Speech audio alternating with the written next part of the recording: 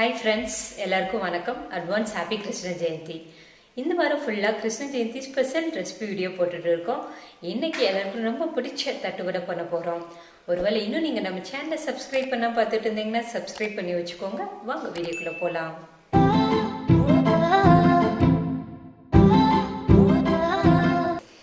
தட்டுவடை பண்ணுறதுக்கு அடுப்பில் ஒரு பேன் வச்சுட்டு 1 கப் அரிசி மாவு வறுத்துருக்கேன். அதாவது 200 கிராம் அரிசி மாவு வறுத்துருக்கேன்.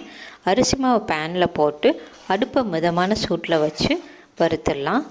அரிசி மாவு வறுக்கும்போது அடிப்பிடிக்காதபடி பார்த்துக்கணும். அதே மாதிரி அரிசி மாவோட கலரும் சேஞ்ச் ஆகாதபடி வறுக்கணும். நம்ம அரிசி மாவு வறுக்கிறப்ப அரிசி மாவில் ஏதாவது ஈரப்பதம் இருந்துச்சுன்னா போயிடும்.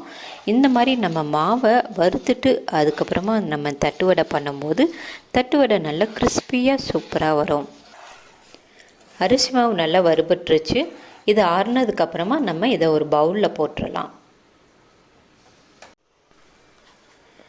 அடுத்து 3 ஸ்பூன் உளுந்தம்பருப்பு எடுத்து வச்சுருக்கேன். இதை பேனில் போட்டு பொன்னிறமாக வர வரைக்கும் வறுத்துடலாம். உளுந்தம்பருப்பு நல்லா பொன்னிறமாக வறுபட்டுருச்சு. இதை ஒரு பிளேட்டில் ட்ரான்ஸ்ஃபர் பண்ணி ஆற வச்சிடலாம்.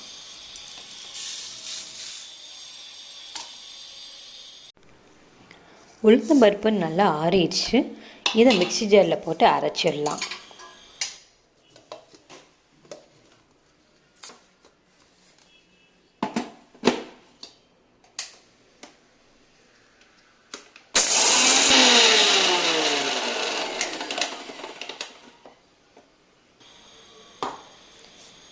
உளுந்தம்பருப்பை அரைச்சாச்சு. இந்த மாதிரி ஃபைன் பவுடரை அரைச்சிக்கோங்க.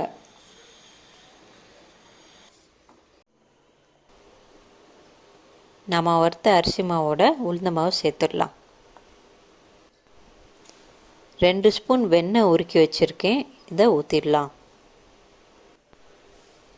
கொஞ்சமாக பெருங்காயம் தூவிடலாம். 1 ஸ்பூன் சில்லி பவுட்ரு சேர்த்துடலாம்.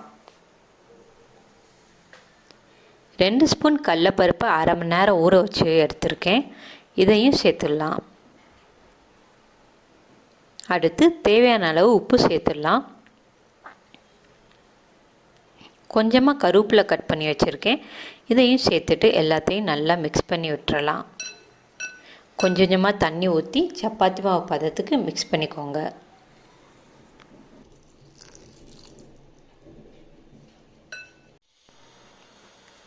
இந்த மாதிரி மாவை சப்பாத்தி மாவு பதத்துக்கு பிசைஞ்சு வச்சுக்கோங்க. அடுப்பில் ஒரு கடாய் வச்சு கடாயில் எண்ணெய் ஊற்றி எண்ணெயை நல்லா காய வச்சிடலாம்.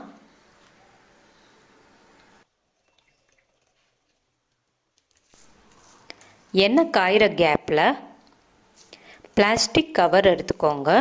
பிளாஸ்டிக் கவர் ஃபுல்லாக எண்ணெய் தடவிடலாம். நம்ம பிசைஞ்சு வச்சுருக்க மாவில் கொஞ்சம் மாவு எடுத்துடலாம். மாவை உள்ளங்கையில் வச்சு நல்லா உருட்டிடலாம். உருட்டிட்டு அந்த மாவை பிளாஸ்டிக் கவரில் வச்சு உள்ளங்கையை வச்சு நல்லா ரவுண்ட் ஷேப்பில் ப்ரெஸ் பண்ணிடலாம்.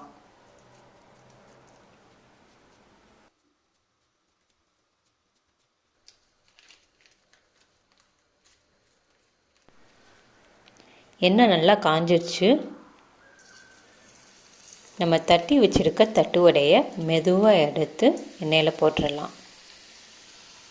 இந்த மாதிரி எல்லாத்தையும் எண்ணெயில் போட்டுடலாம்.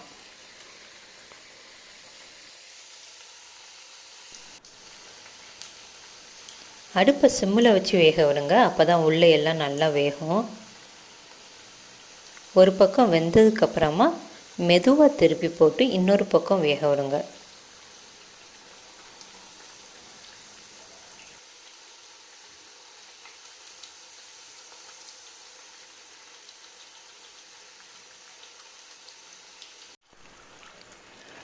தட்டுவடை 2 பக்கமும் நல்லா கிறிஸ்பியாக வெந்துருச்சு. இதை ஒரு பிளேட்டில் ட்ரான்ஸ்ஃபர் பண்ணிடலாம்.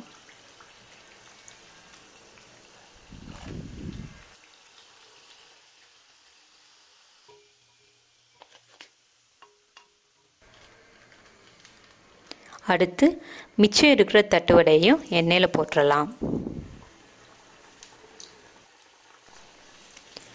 ஒன்று ஒன்றா மெதுவாக போட்டு வேக விடுங்க, இல்லாட்டினா உடஞ்சிரும்.